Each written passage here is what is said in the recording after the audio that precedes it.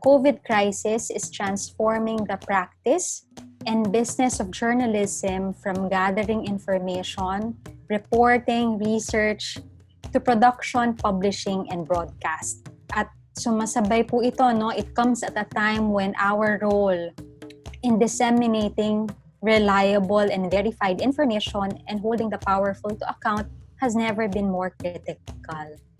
And this is all happening in parallel with threats to press freedom, journalist safety, and also the spread of disinformation.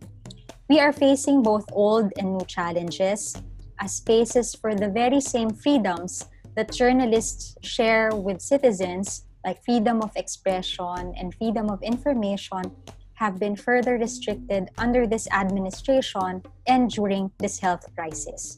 Alam po natin, the government passed a law giving the president emergency powers that would enable him to quickly respond to the crisis.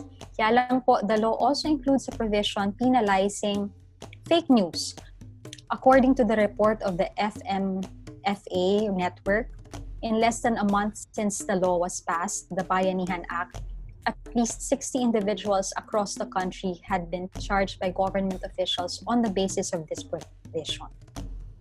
At syempre po, hindi po natin kailangang ma-ignore din po, from January 2019 to April 30, 2020, even during the pandemic, ang Center for Media Freedom and Responsibility at ang National Union of Journalists of the Philippines have documented at least 61 reported incidents of threats and attacks against the press, including 3 journalists who were killed. Along with the death toll of the coronavirus, there's also a deadly blow to news outlets. Alam po nating lahat ang nangyari sa ABS-CBN at in one way or another, apektado po tayo. According to the Philippine Press Institute, about half of its members, mostly family-owned community papers, have ceased printing due to economic losses caused by the lockdown. So tulad po in other line of work, layoffs are happening in the media or will happen in the next few months. I read a report recently, ang ABS-CBN po ang sabi ay kung matuloy pa rin po silang off-air, they would have to start retrenchment in August. Actually po, information about government response to the pandemic is being made available by lead agencies as they should.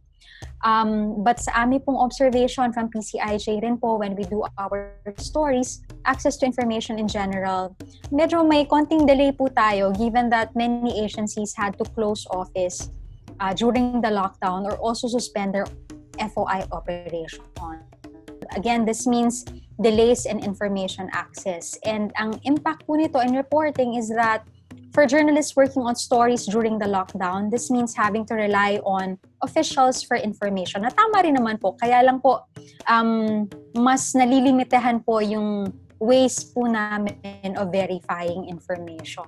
Parting words na lang po, looking at the long term, ito pong pandemic can also affect on the part of the media, our role of engaging with our communities.